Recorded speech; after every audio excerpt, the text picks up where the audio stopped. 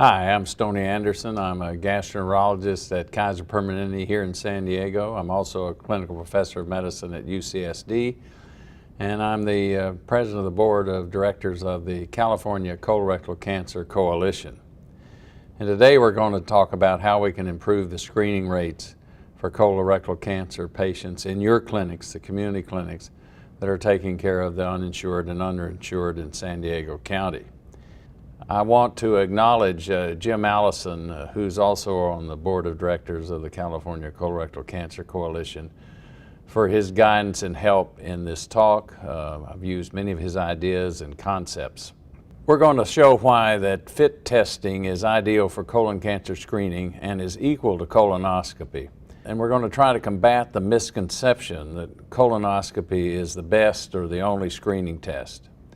And then we're going to develop some projections to give you an idea of how many donated colonoscopies would be necessary in a FIT testing screening program. And then we'll try to assist you in obtaining the FIT tests at a reduced cost, or even in some cases without cost. Now remember that colon cancer, second only to lung cancer, is the cause of death in Californians from cancer. And in the United States, colon cancer is a leading cause of cancer deaths in non-smokers. So it's a big problem nationwide. We have a big problem here in San Diego County. About 23% of our population is uninsured, and as you know, that's rising. It's 647,000 people do not have health insurance. And we know that healthcare reform will not insure everyone. And oddly enough, there is no governmental funding for either screening, diagnostic colonoscopies, or treatment if a cancer is found for colorectal cancer. And for the uninsured, colorectal cancer screening rates are unsatisfactorily low. They're between 8 and 20%, and for people with insurance, it's around 60% at this time. You also have heard, I know you've heard, that colonoscopy is the best screening test and should be really the only screening test that you recommend. And the reason for this is not because of the recommendations of the leading groups that recommend colon cancer screening tests. The U.S. Preventive Services Task Force has recommended either colonoscopy or sigmoidoscopy, or the sensitive guaiac test, or the new fecal immunochemical test that we'll talk about at length later. But when this all started, when colon cancer screening increased in 2000, you had several things that were told you. You were told by the American College of Gastroenterology that colonoscopy every 10 years, beginning at age 50, remains a preferred colorectal cancer screening strategy. And they went on to say it's impractical for a primary care physician to discuss 6 different options for colorectal cancer screening with each patient. Recommending one preferred strategy, colonoscopy, is a preferred strategy because it's the best test. And also, you were told that school screening has historically relied on detection of occult blood, which has been proven to be an inherently insensitive and nonspecific marker for screen for relevant neoplasia. So there's no wonder that you believe that colonoscopy is the best screening test, and that just really is not true. An optical colonoscopy, because of these statements, blotted out the other screening methods depicted on this slide that are hidden by the elephant in the room: optical colonoscopy, flexible sigmoidoscopy, and FIT testing. And as a result, between 2000 and 2008, the colon cancer screening rates did go up, as you can see on this slide, from 40 to the mid-50s, but all of that increase was done by colonoscopy, which went from 20% to about 50% of the screening methods, and home fecal occult blood tests dropped, as did sigmoidoscopy in the past 5 years. So the endoscopy did increase everyone's screening from 1997 through 2004, with prevalence from 31 to 45% in the total, but people had no health insurance. Their screening rates remained static. So there are several colonoscopy myths. These are just not true. The first one is that colonoscopy is the best screening test for colon cancer. That colonoscopy is a painless procedure. It's not uncommon for people to come in and to be absolutely certain they won't feel the colonoscopy. This just isn't true. Colonoscopy is the only recommended screening test for colorectal cancer. This isn't true, as we've already shown. Colonoscopy screening keeps a person from ever developing colorectal cancer, and colonoscopy is the primary screening test recommended worldwide. In fact, the United States is the only country with a national strategy as its main screening method being colonoscopy. We know that colonoscopy does reduce the risk of colon cancer a great deal. It's a very good screening test. We know that it can reduce your risk of dying from colon cancer between 50 and 80%. No study has shown a 90% reduction in colon cancer deaths. Because colonoscopies miss polyps greater than a centimeter 6 to 12% of the time, and they miss about 5% of colon cancers when colonoscopies are done. So why only the 50% reduction in cancer death in some of these studies? Well, incomplete polyp removal is felt to be a cause. Incomplete colonoscopies done by people that aren't expert in the procedure. Known areas in the colon that the colonoscope just does not see. And cancers, not all cancers, develop from polyps. We estimate between about 60 and 90% of the cancers do develop from polyps. But on the right side, where colonoscopy is the least effective, cancers do develop from flat lesions. And we also know that the 10-year recommended interval between colonoscopy is too long to pick up some of the interval cancers. Now, the screening tests are still recommended, and this was from the 2008 article that was published. They once again recommended fecal testing, but this time with only sensitive guaiac or the new FIT test, or visual exams of the colon, colonoscopy every 10 years, and the flexible sigmoidoscopy if combined with a FIT test. We know in this article that was published in 2008 with the new guidelines from the U.S. Preventive Services Task Force, they did a mathematical simulation of the different screening tests and to estimate their benefit. There have been no studies comparing colonoscopy screening to FIT screening or fecal occult blood test screening. But in this mathematical stimulation, as you can see on this slide, colonoscopy every 10 years would reduce your risk about 65%, which is consistent with the case-controlled studies. A FIT test every year would reduce it 64%, FlexSig every 5 years 59%. And because of this, the U.S. Preventive Services Task Force did not recommend FlexSig alone, but if a FlexSig is used, combine it with a FIT test every 3 years, and that would give you protection at 66%. So with this mathematical model, it was very apparent that there was no really preferred screening strategy.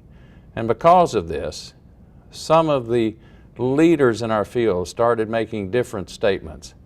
They said that colonoscopy, the most common screening technique for colon cancer, but a better option might be the fecal immunochemical test, which could be easy, non-invasive, effective, low risk, and inexpensive. And this quote is from Douglas Rex, one of the big proponents of colonoscopy screening. Now, this fecal immunochemical test, the FIT test that you're hearing so much about, uses antibodies specific to human globulin. And it's specific for colonic bleeding. It doesn't pick up upper GI bleeding. It's not affected by diet and medication. It's certainly approved by the FDA. It is reimbursed by Medicare. And it can be read and developed in your office or automated in a lab center. Now, it uses a monoclonal or polyclonal antibodies to detect the intact globulin protein portion of human hemoglobin. The labeled antibody attaches and it results in a positive test. Now, as I mentioned earlier, this globulin doesn't survive passage through the upper GI tract, the small intestine, so it is specific for colonic bleeding. Now, this is an example of what the patient does. Each kit has a piece of paper that is biodegradable. You put that in the toilet, you have your bowel movement on this piece of paper, and then you take a brush or a probe, put it in the stool, and then take that brush and put it on a card, or you take the probe and put it in a bottle with a developer, and then you mail it back in, and that's how the test is done.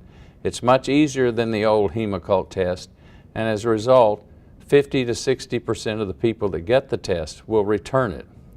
The performance is actually excellent. The old Hemoccult 2 would pick up 37% of cancers, as you can see on this slide. Hemoccult Sensa would be up to, that's a sensitive guaiac, would be 64%. The Polymedco would be 66%, and the Hemoccult ICT would be 82% of colon cancers in one pass of this test. We know that doing it yearly also increases the yield over time. So this slide lists the advantages of FIT test over the old guaiac test. Better sensitivity, better specificity, selective as I've mentioned, no need for diet or drug restrictions, and it's quantifiable, and you can use an automated system to read it, and it's a very inexpensive selector for colonoscopy. The advantage of FIT test over the sensitive guaiac test, once again, are listed on this slide, and the main one is dietary restriction is not necessary, and the sensitive guaiac test, which means that the cutoff value for a positive test is just set lower, is not specific for colorectal bleeding, and you have more positives, so your false positive rate is much higher. Now these are just pictures of the different tests. Here's your Hemoccult Sensa, this sensitive guaiac test. Here's your Hemoccult ICT from Beckman Coulter. Here's your FIT Ensure from Quest. And here's your Polymedco, which is a probe that goes into a bottle that's mailed in. Now, the proof is in the pudding, of course. And Kaiser Permanente in 2005, our screening rates had plateaued at around 50%. This was with colonoscopy and flexible sigmoidoscopy. But we started an outreach FIT screening program, sending out FIT tests to patients with a letter from their physician. And from 2006 to 2009 and 10, our screening rates have gone from 50% to 73%, and now are almost 80%. And the best thing was our stage at diagnosis, being 0 and 1, went from 32% to 41% of the colon cancers we were diagnosing, and stage 4 went from 17 to 12%. Northern California, Kaiser has a similar program. They have sent out 450,000 FIT tests. The response rate was 53% as they expected, positivity rate 5.4%, and they've detected 200 more cancers, and most of these cancers are at early stage. And so because of this work in an NIH conference that was done in 2010, Claire Bundy, who is the Health Services and Economic Branch of NCI and is in charge of colorectal cancer screening, says, not only do we lack randomized controlled trial data to warrant such a preference of the colonoscopy screening program, but there is evidence that other screening options that use colonoscopy as a diagnostic follow-up test can play a role in systems that achieve high screening rates. And then just in November of 2011, from the Journal of the National Cancer Institute, editorial commenting on an article says, an analysis comparing a primary colonoscopy screening strategy to a primary stool test and or flexible sigmoidoscopy strategy may find that incremental benefits, which for colonoscopy really are uncertain, do not outweigh the incremental harms and costs of the colonoscopy program. So now, can you as community clinic physicians taking care of your patients that are uninsured and underinsured recommend a screening test other than colonoscopy to your average risk patients? Well, yes, we can. This is one of Jim Allison's great slides. So I think we really can recommend the FIT test as an equivalent to the colonoscopy test and not an inferior test. And because of that, in situations where people cannot afford the copays or cannot afford the cost of an entire colonoscopy, to obtain screening, we've outlined here two scenarios. One scenario is to screen with fecal occult blood testing, the FIT test, And scenario 2 would be to screen the same population with colonoscopy. And there are 1,000 people in each group. In scenario 1, we would offer the FIT test to 1,000 and we would get between 470 and 600 FIT tests returned. In the colonoscopy only, obviously we don't offer the FIT test. We would need between 11 and 33 colonoscopies to do the diagnostic colonoscopy on the positive FIT tests in scenario 1. In scenario 2, to screen this population of 1,000 people, we would have to have donated or free colonoscopies of 470 to 600 colonoscopies. We would find some colorectal cancers that we would have to provide free treatment for, and it would be between 0.3 and 3 in the FIT group and between 2.8 and 6 in the colonoscopy. You may ask, well, the colonoscopy program found more cancers, but remember, the FIT group is being done each year, and by the end of the 10 years when you would do the colonoscopy again, the FIT arm would pick up the same number of cancers. And at this point, through Project Access and Kaiser Permanente, we're able to get the colonoscopies donated and also the surgeries if colon cancer is found. So, and remember, you may notice here on this slide that there's less cancers found with the FIT test screening program. But that FIT test screening program is a yearly program, and over the next 9 years after the first test, you'd pick up the same number of cancers in the FIT test screening program. So we started this in 2009. We started with 34 free colonoscopies. We're now doing about 24 free colonoscopies in conjunction with Project Access San Diego. We can increase the numbers we do to 46 colonoscopies, and we could support doing 2,500 FIT tests in the community clinics for your uninsured and underinsured patients. We would expect to diagnose 3 cancers a year, which Kaiser Permanente could treat as donated care, and we would remove at least 15 significant polyps and prevent another 1.5 colon cancers. Now, these are the folks here in San Diego County that can help you get the FIT tests at reduced cost, and a few of the clinics have been able to write grants and get them at no cost. It's the Beckman Coulter, Polymedco, and Quest Diagnostics. So we look forward to working with you in the community clinics, us at Kaiser Permanente, and Project Access San Diego to get your screening rates up, way up there. So I can certainly take questions. I'm on your e-consult system, so you can send them to me through that system, or there'll be opportunities for you to send me questions after you've looked through the material that's provided with this video presentation. Thank you so much for your attention.